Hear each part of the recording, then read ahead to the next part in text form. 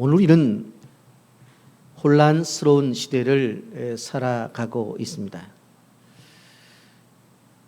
이런 시대가 올 것이라고는 그 누구도 예측을 하지 못했습니다.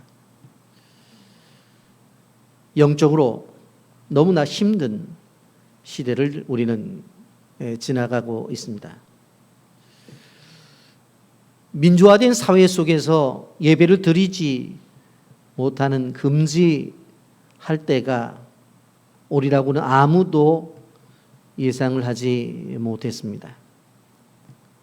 우리가 방역 때문에 어쩔 수 없이 이렇게 예배를 드립니다마는 그러나 영적으로 너무 어두운 시대라고 하는 것을 우리는 알 수가 있습니다.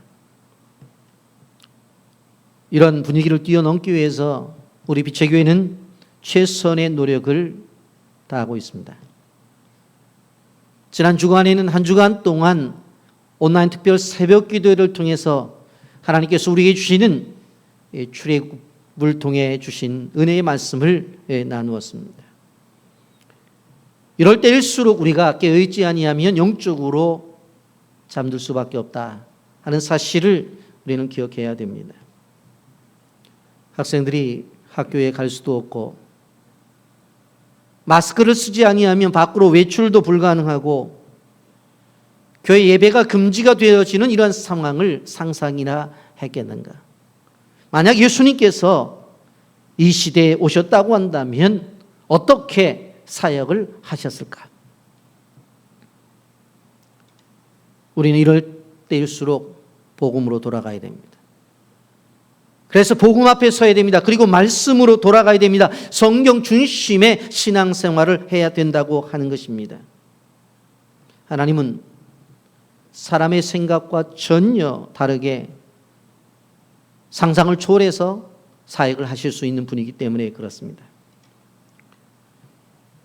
여러분, 1949년에 중국의 모택동의 공산 정권이 들어오게 됩니다. 그러자마자 선교사들이 추방을 당하고 그리고 교회가 다 폐쇄가 되었습니다. 그때 당시 기독교 인구가 430만 정도였습니다. 교회는 문을 닫고 기독교인들이 핍박을 받았어요. 그래서 이제는 그 중국에는 더 이상 기독교가 존재하지 못할 것이라고 사람들은 예측을 했습니다. 여러분, 30년 뒤 1978년도에 이제 중국의 문호가 열립니다. 그런데 지하에 있던 교회들, 그리고 가정에서 예배를 드리던 그 가정교회들이 드러나기 시작했어요. 보니까 바로 30년 만에 기독교 인구가 바로 600만 명으로 늘어나게 된 것입니다. 그러니까 그 시대 속에서 170만의 기독교 인구가 늘었다는 거예요. 교회도 없었어요. 여러분, 우리가 기억해야 될 것은 아무리 광야 같은 시대라 할지라도 복음의 역사는 멈추지 않는다는 것입니다. 하나님은 우리의 생각과 다르게 한국교회를 이끌어 가실 것입니다. 지금과 다른 방법으로 하나님의 교회를 성장시키고 하나님께서는 다른 방식으로 복음 전포와 자신의 진리를 수호해 나가실 것입니다. 여러분, 요즘 신문 방송을 보면 이제 코로나 이후에는 코로나 이전과는 전혀 다른 세계가 열려질 것이라고 하는 그런 이야기들을 합니다. 저는 목회자이기 때문에 그런 질문을 받습니다. 코로나 이전처럼 그렇게 자유롭게 예배하고 그렇게 성도들이 모여서 하나님을 찬양하는 그런 일이 올 수 있을까? 코로나 이후에 목회는 어떻게 되어질까? 그런 생각을 해요. 한 가지 놓치고 있는 것이 있습니다. 자꾸 코로나 이전을 이야기하고 코로나 이후가 어떻게 될 것인가에 대한 질문을 던지는데 문제는 지금 코로나 상태 속에서 우리가 어떻게 살아가느냐, 이 코로나 상태 속에서 우리가 어떻게 믿음을 지키느냐, 이것을 놓치고 있다고 하는 거예요. 여러분, 우리는 하나님의 자녀로서 기억해야 될 것이 코로나 이전을 생각하면서 감사하고 코로나 이후에 대한 우리가 걱정과 염려를 하는 것도 중요하지만 지금 코로나 이 상태 속에서 어떻게 나의 신앙을 지켜나갈 것인가 하는 부분이 더욱더 시급하다고 하는 것입니다. 여러분, 우리가 이렇게 인터넷 예배로 드리는 것 불편할 수 있어요. 어떤 분들은 그런 얘기를 해요. 예배를 드리는 것 같은 느낌이 들지 않는다고. 저도 충분히 그런 이해가 되어져요. 그러나 지금은 세상이 바뀌었고 새로운 방식에 적응을 해야 될 때가 왔다고 하는 것입니다. 우리가 기존 형태로만 고집을 피워서는 안 돼요. 새로운 환경에는 새로운 방식으로 접근해 나가야 돼요. 여러분, 아셔야 될 것이 무엇인가 하면 방법이 달라졌다고 해서 복음의 본질이 바뀌어졌다고 하는 것은 아니라는 걸 알아야 돼요. 방법은 그릇이에요. 그렇기 때문에 그릇은 어떤 그릇이든지 간에 담겨져 있는 내용이 중요한 거예요. 설사 그릇이 바뀌어졌다고 할지라도 거기에 담겨져 있는 복음은 절대로 바뀔 수 없다고 하는 것을 우리가 기억해야 되는 것입니다. 여러분, 생각을 좀 유연하게 가져야 돼요.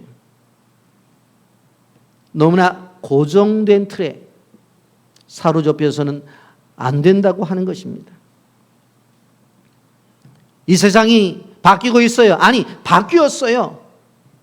그렇기 때문에 코로나 이전과 이후는 전혀 다른 세대가 될 거예요. 분명히. 그러나 더 중요한 것은 지금 어떻게 우리가 살아가느냐는 거예요.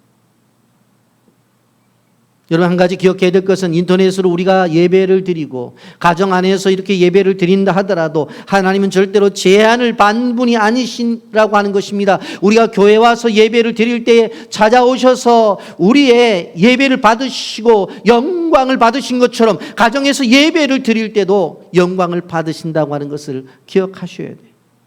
아멘입니까? 오늘 우리는 사마리아 여인을 섬겨주신 그 예수님을 통해서 그분이 어떤 분인가를 좀 더 깊이 알면서 이 코로나 시대에 주님과 더 깊은 교제로 들어가기를 원하는 것입니다. 왜냐하면 예수님께서 사마리아 여인을 만났던 것처럼 오늘도 우리를 만나기를 원하셔서 그렇습니다. 오늘 본문의 전체 내용을 오늘 영상을 보고 그리고 말씀을 계속하겠습니다.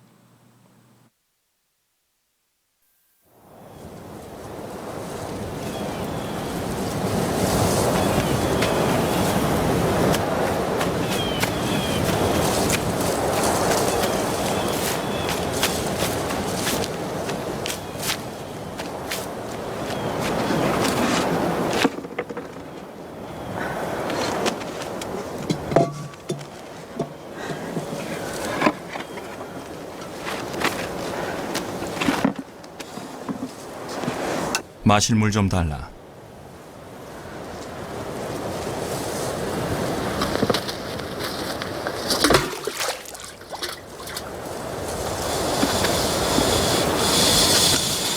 당신은 유대인이면서 어찌 사마리아 여자인 제게 물을 달라 하십니까? 유대인은 사마리아인과 상종하지 않지 않습니까? 네가 만일 하나님의 선물과 너에게 물 달라 하는 이가 누구인지 안다면 오히려 네가 그에게 구하였을 것이며 그는 너에게 생수를 주었으리라.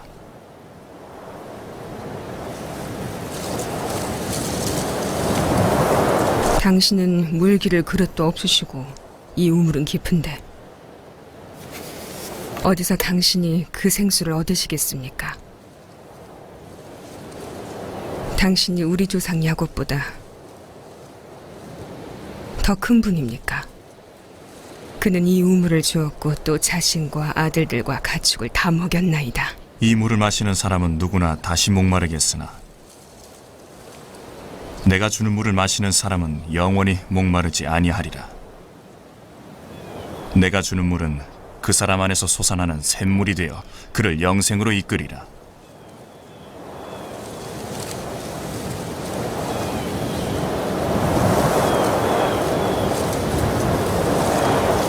부디 제게도 그런 물을 주시어 목마르지도 않고 여기 물길러 올 일도 없게 해주옵소서. 가서 너의 남편을 불러오너라. 전 남편이 없습니다. 남편이 없다는 말이 옳도다. 너에게는 5 남편이 있었고 지금 있는 이도 원래 네 남편이 아니니 그 말이 맞도다. 주여, 제가 보니 선지자이십니다.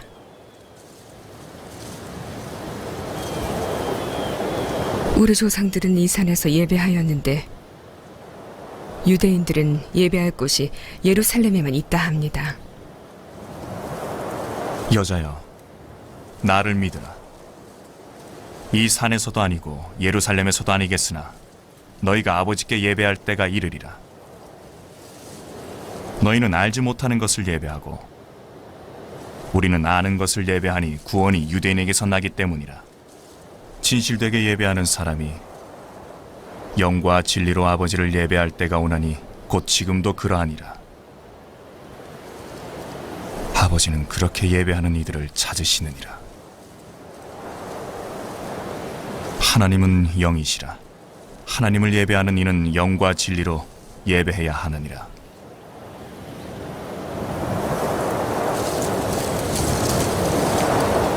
제가 알기에 메시아, 곧 그리스도라는 분이 오실 것입니다. 그분이 오시면 모든 것을 알려주실 것입니다. 너에게 말을 전하는 내가 바로 그라.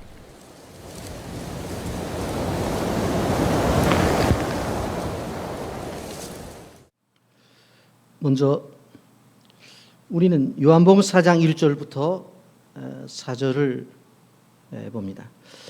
예수께서 제자를 삼고 세례를 베푸시는 것이 요한보다 많다는 말을 바리새인들이 들은 줄을 주께서 아신지라.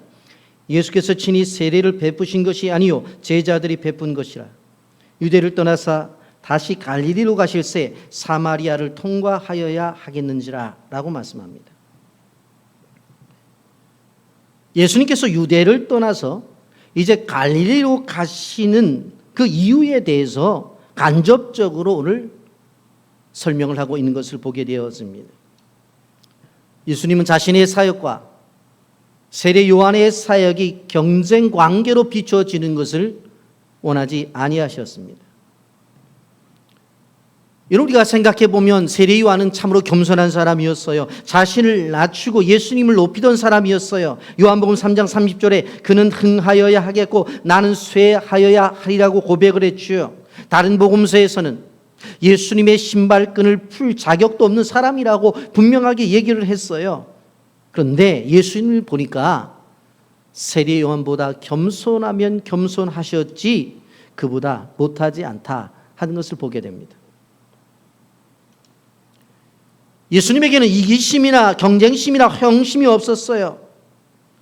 그래서 사람들에게 세례 요한에게 세례를 받는 사람들을, 예수님의 제자들이 세례를 베풀 때에 그곳으로 오는 것을 보고 혹시나 세례 제자들을 빼앗아 가는 것처럼 느끼지 않을까 고민을 했던 거예요. 그래서 갈릴리로 가시는 거예요. 오늘 1절 말씀, 예수께서 제자를 삼고 세례를 베푸시는 것이 요한보다 많다는 말을 바리새인들이 들은 줄을 주께서 아신지라. 여러분, 세례 요한이 가지고 있는 생각과 예수님이 가지고 있는 생각이 얼마나 아름답습니까? 서로를 세워주고 있어요.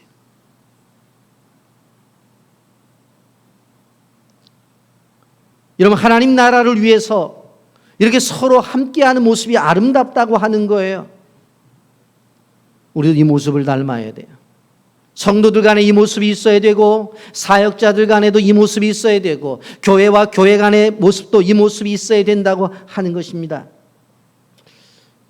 이번 코로나 재확산으로 인해서 한국계는 도매급으로 세상에 손가락질을 받고 있는 현실입니다. 코로나 시대가 끝나면, 좀 세월이 지난다고 한다면 세상이 교회에 대해서 좋은 감정을 가질까? 아닙니다. 착각을 버려야 됩니다. 앞으로 우리가 이 전도의 환경 더 힘들어질 거라고 하는 것 분명한 거예요. 아무리 문화가 발달하고 물질적으로 살기 좋은 세상이 된다 할지라도 세상이 가지고 있는 본성은 복음과 교회를 거부하는 타락한 본성이기 때문에 여러분, 복음이 인정을 받거나 교회가 인정을 받는 것 쉽지 않다는 거예요. 여러분, 그러나 우리가 그리스도인으로서 기억해야 될 것은 소수의 교회 때문에 전체 교회가 매도를 당하고 있지만 교회는 교회를 통해 역사하시는 하나님의 손길을 믿기 때문에 우리는 교회에 대한 믿음을 갖고 나가야 돼요. 여러분, 세상에는 교회가 필요해요. 교회를 통해서 하나님이 일하시기 때문에 분명코 세상에 교회는 존재가 되어져야 돼요. 그러므로 세상의 사람들의 눈으로 세상의 잣대로 교회를 비난해서는 안 돼요. 왜냐하면 주님의 교회는 주님께서 피로 값주시고 사셨기 때문에 그래요. 사도행전 20장 28절에 하나님이 자기 피로 사신 교회라고 말씀했어요. 분명코 우리를 향해 세상의 빛이 되라고 말씀하셨어요. 세상의 소금이 되라고 말씀하셨어요. 그렇기 때문에 교회는 세상 속에 빛과 소금으로 존재되어져야 될 분명한 하나님의 비전이 있기 때문에 교회는 존재되어져야 돼요. 여러분, 이러한 생각과 가치관을 가지고 이 시대 속에서 교회를 사랑하시는 그러한 주의 종들이 되시기를 바랍니다. 여러분, 그런데 오늘 본문에서 보면 예수님이 유대 지방을 떠나서 갈릴리로 가실 때에 사마리아 지방을 지나서 가시는 장면을 말씀하고 있습니다. 왜 예수님께서 이 사마리아 지방을 지나서 갈릴리로 가실까? 분명코 예수님이 의도하신 바가 있었을 것이라고 생각합니다. 그 의도가 뭘까요? 한 여인을 만나는 것이었습니다. 이 여인을 섬겨주기 위해서 일부러 그 길을 가신 거예요. 여러분, 예수님께서 십자가의 길을 가신 이유가 무엇입니까? 저와 여러분들을 구원시키기 위해서 그래요. 죄의 길로 가고 어둠의 길로 가고 있는 우리를 구원시키기 위해서 예수님은 친히 십자가의 길을 가심으로 우리에게 구원을 주신 거예요. 예수님이 사마리아를 지나가게 되어질 때 수가라고 하는 동네에 이르게 되었는데 너무 피곤해서 우물가에 쉬고 계셨어요. 제자들은 음식이 없어서 음식을 구하러 간 상태였어요. 그런데 그때에 한 여인이 물을 길러 나타납니다.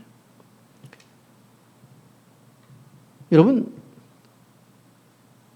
그 당시에 너무나 태양빛이 대낮에 내려쬐기 때문에 물을 길러오는 사람들은 아침 일찍이나 혹은 저녁 늦게 해가 졌을 때 오는데 이 대낮에 온 거예요.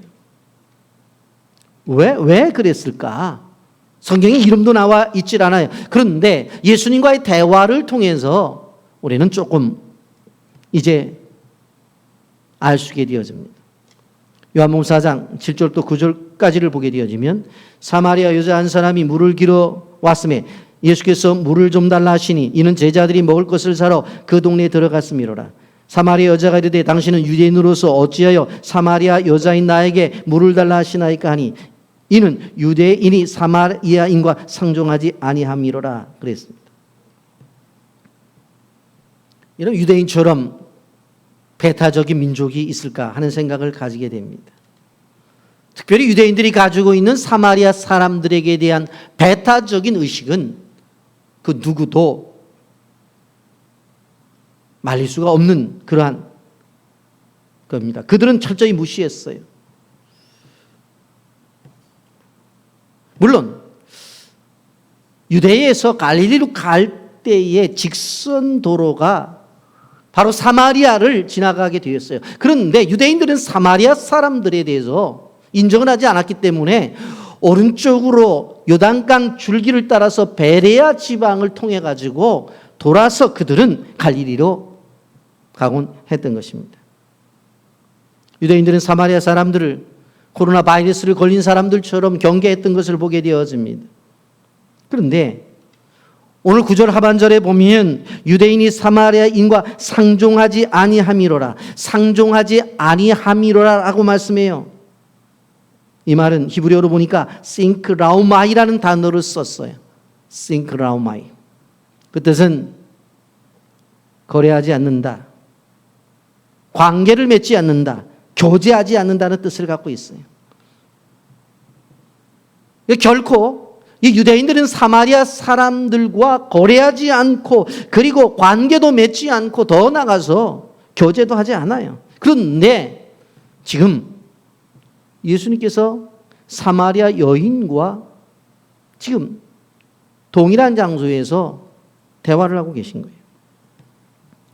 지난주 러스틴 세스키라고 하는 미국 경찰이 흑인 남성인 제이콥 블레이크라고 하는 사람, 아들 셋이 있는 그 앞에서 총격을 거두어서 지금 미국이 난리가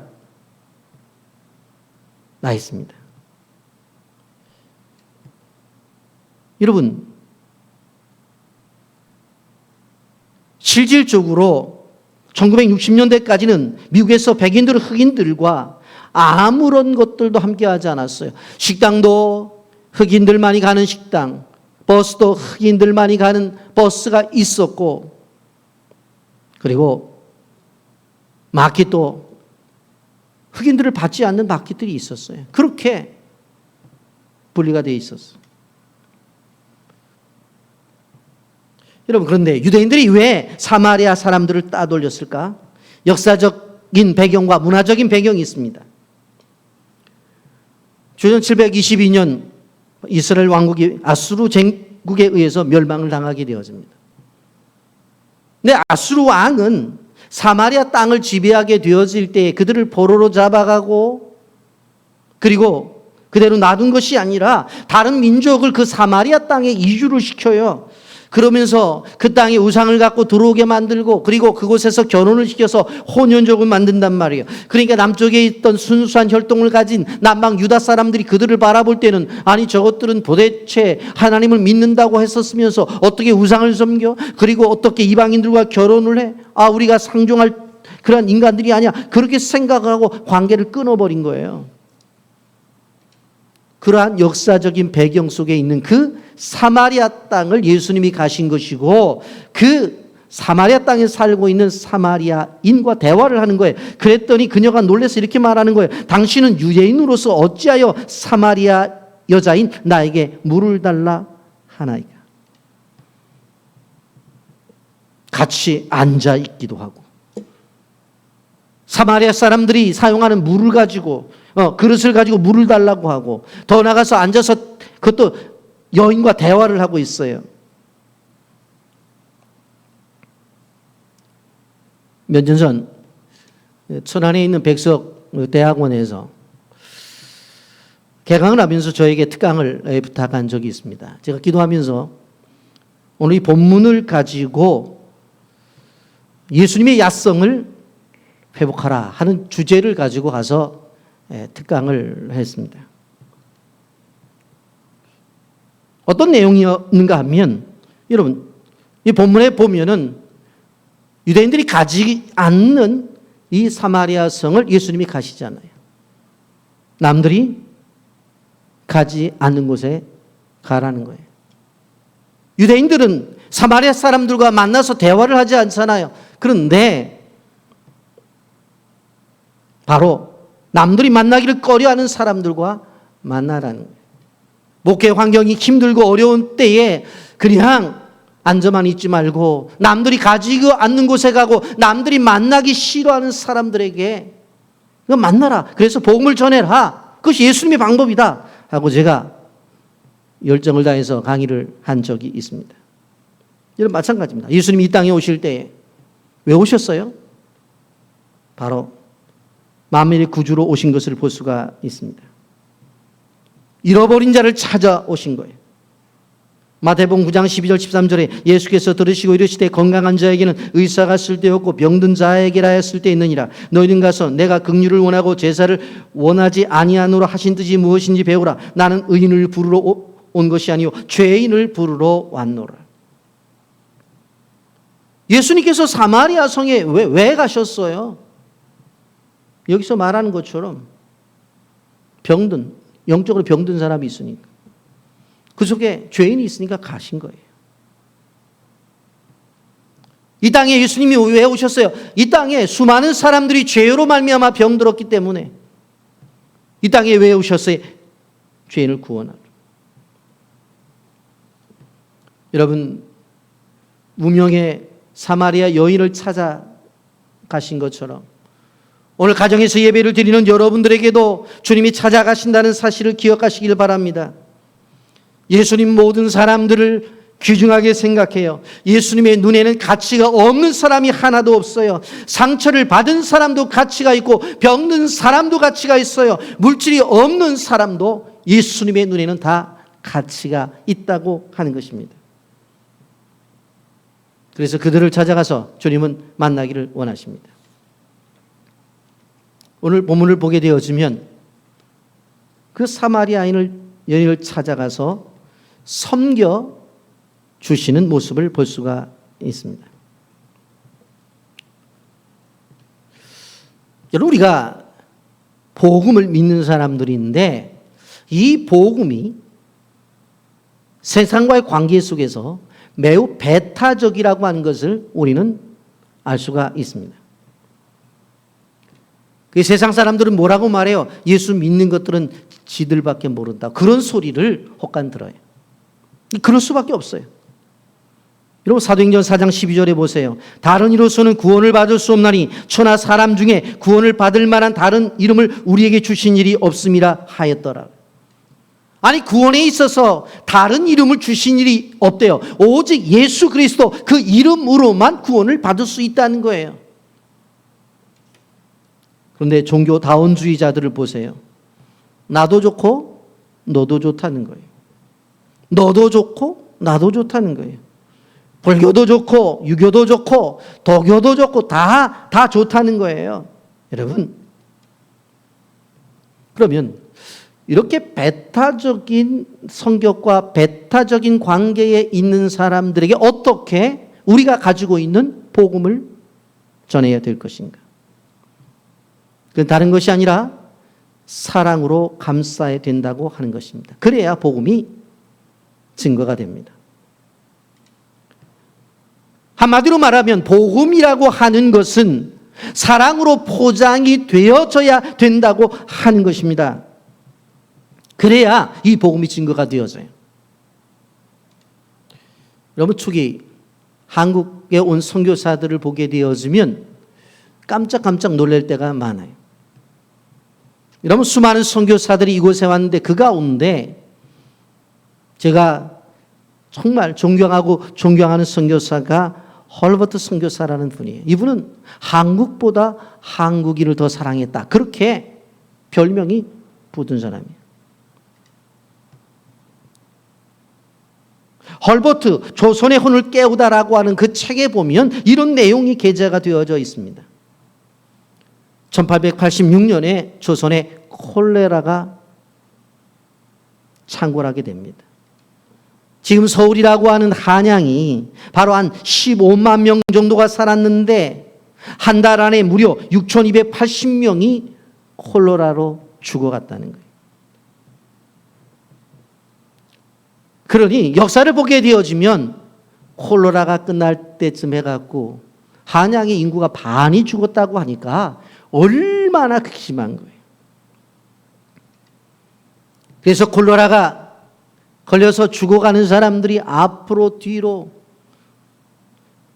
그래도 어떤 가족들은 장례를 치르지만 무서워서 도망가는 사람도 있고, 그냥 그러다 보니 길거리의 시신들이 여기저기 나 뒹굴고 썩어서 냄새가 나고,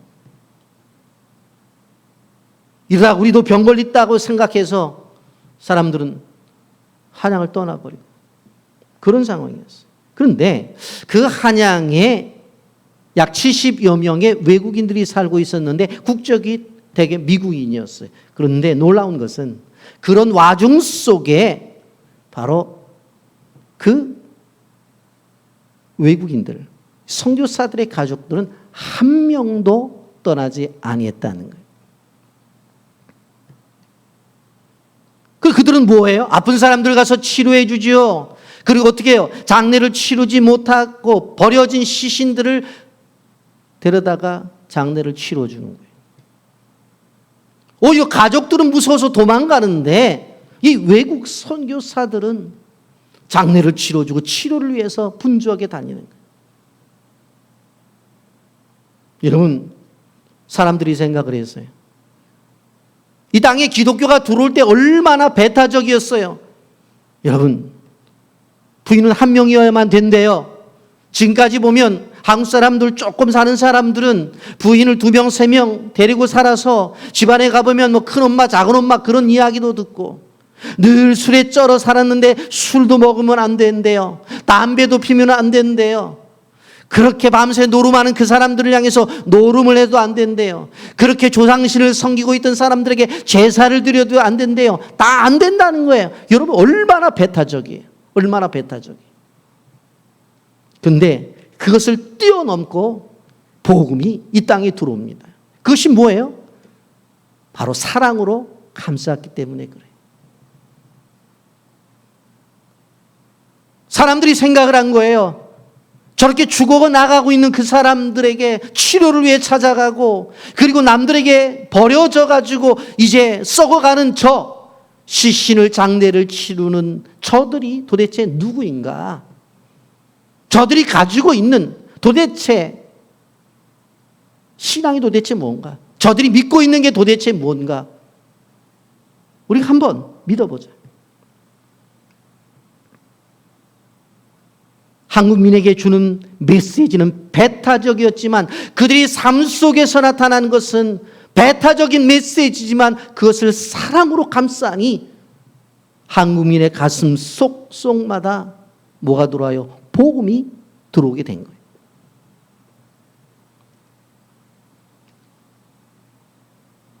여러분, 우리는 기억해야 돼요. 오늘 이 본문을 생각해 보면 유대인과 사마리아 사람의 관계 속에서 배타적 관계를 어떻게 뛰어넘어 바로 이 여인을 예수 믿게 하고 나가서 전도자로 만들었는가 하는 중심에는 바로 사랑으로 감쌌기 때문인 것을 성경이 말하고 있어요. 여러분, 요한복음 4장 10절 말씀 보십시오. 예수께서 대답해 이르시되 내가 만일 하나님의 선물과 또 내게 물 좀 달라 하는 이가 누구인 줄 알았더라면 내가 그에게 구하였을 것이요 그가 생수를 내게 주었으리라. 물을 달라고 하는데 생수를 이야기해요. 그랬더니 요한복음 4장 11절 12절에 여자가 이르되 주여 물 기를 그릇도 없고 이 우물은 깊은 데서 어디서 당신이 그 생수를 얻게 쌈나이까? 우리 조상 야곱이 이 우물을 우리에게 주셨고 또 여기서 자기와 자기 아들들과 짐승이 다 마셨는데 당신이 야곱보다 더 크니까. 지금 이 언은 예수님은 영원토록 우리에게 공급해 주는 그 생수에 대한 이야기를 하는데 물에 대한 이야기를 하고 있어요. 그래서 예수님 설명을 해주는 거예요. 13절과 14절에 예수께서 대답하여 이르시되 이 물을 마시는 자마다 다시 목마르려니와 내가 주는 물을 마시는 자는 영원히 목마르지 아니하리니 내가 주는 물은 그 속에서 영생하도록 솟아나는 샘물이 되리라. 영생하도록 솟아나는 샘물을 주시겠다고 말씀해요. 여러분, 요즘 뜨거운 낮에 얼마나 갈증을 느껴요. 물을 마시면 시원하다 느꼈는데 조금 있다가 또 마시고 조금 있다가 또 목마르고 계속 반복이 되어지잖아요. 여인은 그 생각을 한 거예요. 그런데 예수님은 한번 마시면 영원히 목마르지 않대. 그걸 이야기하고 있는 거예요. 이때에 예수님께서 갑자기 내 남편을 데리고 오라고 하죠. 16절 이르시되 가서 네 남편을 불러와라. 예수님이 여자가 가지고 있는 직면한 문제가 무엇인지를 끄집어내서 실제적으로 그 문제를 해결해 주기를 원하셨던 거예요. 이 여자를 부끄럽게 하려고 한 것이 아니라 이 여자가 가지고 있는 외로움과 두려움과 영적 갈등의 문제를 해결해 주려고 했던 거예요. 그랬더니 이 여자가 그런 얘기를 해요. 17절 상반절에 보면 여자가 대답하되 나는 남편이 없나이다. 여러분, 은혜를 받으려면 이런 솔직함이 필요한 거예요. 예수님이 뭐라고 말씀하셔요?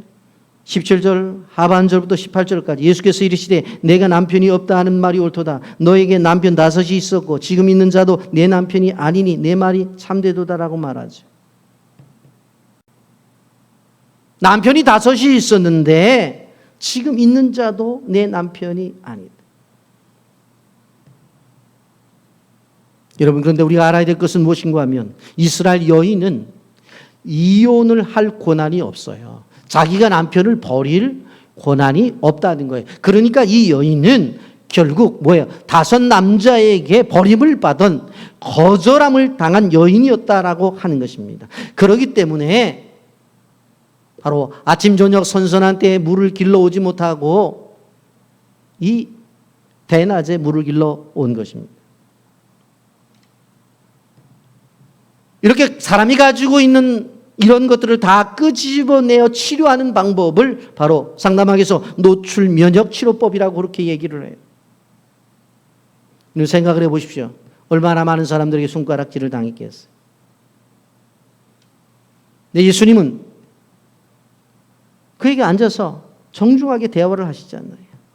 이것을 본 27절에 보면 제자들마저도 이상히 여겼다고 그랬어요. 여러분, 요즘 시대의 분위기가 반교회적이에요. 기독교인이라고 하는 것이 경멸을 받는 그런 분위기 속에 살아가고 있어요. 그러나 우리가 기억해야 될 것은 무엇인가 하면 이러한 사회 속에서도 끊임없이 우리는 주님을 구하여야 되고 주님께서 주시는 목마르지 않는 생수를 마시기 위해서 우리는 애써야 된다고 하는 것입니다. 오늘 14절 뭐라고 말해요? 내가 주는 물을 마시는 자는 영원히 목마르지 아니하리니 내가 주는 물은 그 속에서 영생하도록 솟아나는 샘물이 되리라. 내가 주는 물은 영원히 목마르지 않는다. 그리고 그 속에서 솟아나는 바로 영생하도록 솟아나는 샘물이 된다고 그랬어요. 그러면서 그 대화 속에서 이제 예배로 넘어가는 것을 볼 수가 있습니다. 요한복음 14장 19절 20절에 여자가 이르되 주여 내가 보니 선지자소로소이다. 우리 조상들은 이 산에서 예배하였는데 당신들의 말은 예배할 곳이 예루살렘에 있다 하더이다. 이게 무슨 얘기인가 하면 모세가 신명기에 뭐라고 말했어요? 너희들이 가나안에 들어가게 되어지면 세겜 지역에 가보면 바로 에벨산과 그리고 그리심산이 있게 되어질 텐데 그리심산에 6지파를 올리고 에벨산에 6지파를 올려서 그곳에서 바로 서로 외치라는 거예요. 그리심산에서는 축복을 외치고 에벨산에서는 저주를 외치라는 거예요. 그런데 남방 유다가 바벨론의 포로로 잡혀가죠. 그리고 다시 되돌아오게 될 때에 스룹바벨을 중심으로 해서 스룹바벨 성전을 짓게 되어지는데 사마리아 사람들이 와서 그 성전을 짓는데 우리도 좀 동참하게 해달라고 요청을 해요. 그랬더니 안 된다고 말을 해요. 그랬더니 사마리아 사람들이 뭐라고 말해요? 아 그래 싫어. 그럼 우리도 좋아. 우리는 모세가 명한 그 그리심산에 성전을 짓고 거기서 끊임없이 제사를 할 거야 하고 끊임없이 제사를 드렸어. 그 얘기를 하는 거예요. 요한복음 4장 20절이 우리 조상이 누구예요? 사마리아 조상들은 이 산에서 예배하였는데 이 산이 어느 산이에요? 그리심산이에요. 당신들의 말은 예배할 곳이 예루살렘에 있다 하더이다. 도대체 어디에서 예배를 드려야 됩니까? 어디에서? 그리심산에서 예배를 드려야 됩니까? 아니면 예루살렘에서 예배를 드려야 됩니까? 이때 분명하게 얘기를 해주 예수님이 요한복음 4장 21절에 예수께서 이르시되 여자여 내 말을 믿으라. 이 산에서도 말고 예루살렘에서도 말고 너희가 아버지께 예배할 때가 이르리라. 아버지께 예배할 때가 이르리라. 지금 장소를 이야기하는데 예수님 뭘 얘기해요? 예배는 장소보다도 더 중요한 것이 예배의 대상이다. 아버지께 예배할 때가 올 것이다. 두 번째로, 그럼 누구를 통해서 예배해야 되느냐? 예수 그리스도를 통해서 예배해야 된다. 그리고 세 번째, 예배자는 자세가 분명해야 된다. 23절 24절에 보면 아버지께 참되게 예배하는 자들은 영과 진리로 예배할 때가 오나니 곧 이때라. 아버지께서는 자기에게 이렇게 예배하는 자들을 찾으시느니라. 하나님은 영이시는 예배하는 자가 영과 진리로 예배할지니라. 그러니까 예배라고 하는 것은 그리심산이냐 예루살렘이냐 그걸 얘기하지 말고 예배의 대상이 누구냐? 아버지께 예배하는 것이고 예수 그리스도를 통해서 예배하고 더 나아가서 영과 진리로 예배를 해야 된다. 여러분, 창세기에 보면 하나님께서 아벨의 제사는 받으시고 가인의 제사는 받지 않으시죠. 왜 그래서 예배자의 어떤 자세, 믿음을 이야기했어요. 히브리서 11장에서 이렇게 말합니다. 4절 보면 믿음으로 아벨은 가인보다 더 나은 제사를 하나님께 드림으로 의로운 자라 하는 증거를 얻었으니 하나님이 그 예물에 대하여 증언하심이라. 그가 죽었으므로 그 믿음으로서 지금도 말하니라. 여러분, 지금 코로나 바이러스의 재확산으로 인해서 우리 비제교회 성도들이 다 가정에서 예배를 드려요. 예배당에 나오지 못해요. 그런데 중요한 것은 집안에서 예배를 드린다 할지라도 꼭 기억해야 될 것이 무엇인가 하면 예배의 대상이 누구인지를 분명히 알고 누구를 통해서 예배를 드려야 되는지를 알고 예배자의 자세가 영과 진리로 예배를 드리는 것이라는 것을 분명히 안다면 여러분, 가정에서 예배를 드리는 것, 성령의 임재 속에서 하나님이 축복이 만다는 사실을 믿으시기를 바랍니다. 아멘입니까? 여러분, 영과 진리로 예배한다고 했는데 영으로 예배한다는 걸 뭘까요? 하나님은 사람이 아니시다라고 하는 것을 이야기하는 것이고 진리로 예배한다는 것은 무엇인가요? 솔직하게 이 여인이 남편 5이 있었다고 이야기한 것처럼 솔직하게 얘기하라. 여러분, 우리가 기억해야 될 것은 뭐냐면 절대적으로 우리는 하나님 앞에 나갈 때 가면을 쓰고 나가서는 안 된다는 거예요. 여러분, 있는 그대로를 갖고 나가야 돼요. 있는 그대로를.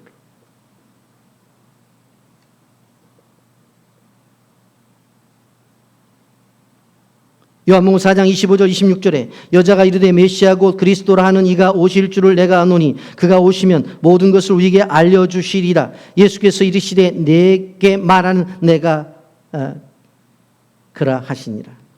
사마리아 여인이 얼마나 놀랐을까요? 근데 한편으로는 기뻤을 거예요. 왜? 메시아를 직접 만났으니까. 그래서 물을 길러 가지고 왔던 물동이를 집어 던져버리고 그리고 어떻게 해요? 동네로 들어가서 전도자가 되어져요. 요한복음 4장 28절과 29절 여자가 물동이를 버려두고 동네에 들어가서 사람들에게 이르되 내가 행한 모든 일을 내게 말한 사람을 와서 보라. 이는 그리스도가 아니냐 하니 그랬어요. 예배에 실패하면 모든 것이 실패해요. 여러분, 가인을 보십시오. 예배에 실패하니까 동생을 죽이는 살인자가 되었던 것을 볼 수가 있습니다. 예배에 실패하면 내 마음속에는 시기가 드러나요. 미움이 드러나요. 질투가 드러나서 바로 하나님이 원하시는 사람으로 살아가지 못해요. 여러분, 그렇다고 한다면 오늘 성경이 우리에게 주시는 교훈이 무엇입니까? 내가 주는 물을 마시는 자는 영원히 목마르지 아니하고 내가 주는 물은 그 속에서 영원토록 솟아나는 샘물이 되리라고 말씀했는데 그러면 그 물은 어떻게 주어지는 거예요? 예수님을 통해서 오는 거잖아요. 그 예수님을 통해서 온다고 하는 것은 무엇일까요? 오늘 본문의 문맥을 보면 예배를 통해서 공급이 되어진다고 하는 것입니다. 여러분, 그렇기 때문에 예배를 소리해서는 안 돼요. 예배의 실패자는 인생의 실패자라는 사실을 알아야 돼요. 이 시간도 가정에서 예배를 드리는 모든 성도들이 예배의 성공자들이 되시기를 예수님의 이름으로 축복합니다. 예배 때마다 영과 진리로 여러분들 예배를 드리세요.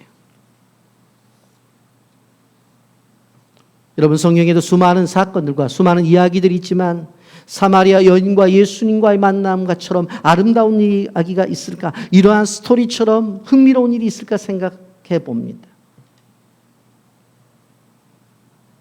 예수님의 인격은 따뜻했어요. 이해심은 넓으셨어요. 그래서 어떤 상황이 있든지 간에 그것을 받아들일 마음의 준비가 되어 있었어요. 그래서 이제 물 한 잔 달라고 하는 그 주문으로 시작해서 마지막 참다운 예배자, 그리고 그 여인을 전도자로 만드는 데까지 이른 것을 볼 수가 있습니다. 여러분, 이 시대는 목말라 하는 세대라고 말을 해요. 어떤 사람들은 돈이 있으면 행복해질 거라고 생각해요. 어떤 사람들은 이제 이 아픈 것이 치료받으면 그래서 병이 없으면 좀 행복할 거라고 생각해요. 어떤 사람들은 지금보다 더 나은 직장을 다니면 행복할 거라고 생각해요. 여러분, 그럴 수 있습니다. 그러나 오늘 성경의 본문을 보게 되어지면 5명의 남편이 바뀌어져도 행복은 찾아올 수 없다. 그걸 이야기하고 있어요. 오히려 예수님을 만나니까 행복해지는 거예요. 그래서 우리는 바로 예수님의 만남을 사모해야 돼요.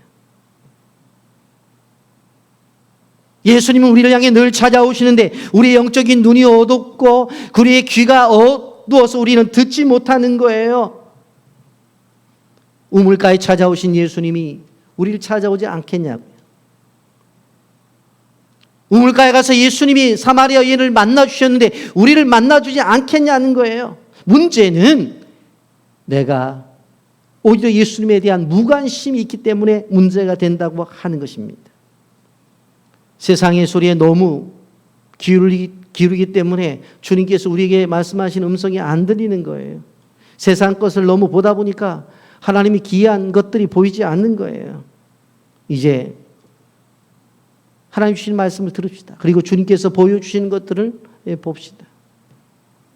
그래서 진정한 예배자가 되어지고 예배자를 뛰어넘어서 전도자가 될 때까지 우리가 주님과의 깊은 관계를 맺게 된다고 한다면 오늘도 인터넷으로 가정에서 자녀들과 함께 335 예배를 드리는 성도들의 가정도 하나님이 마지막 시대에 귀하게 들어 쓰신다는 사실을 기억하시면서 이 여인처럼 예수님으로 말미암아 다시 태어나는 놀라운 축복이 우리 모두의 있기를 예수님의 이름으로 축복합니다. 아멘.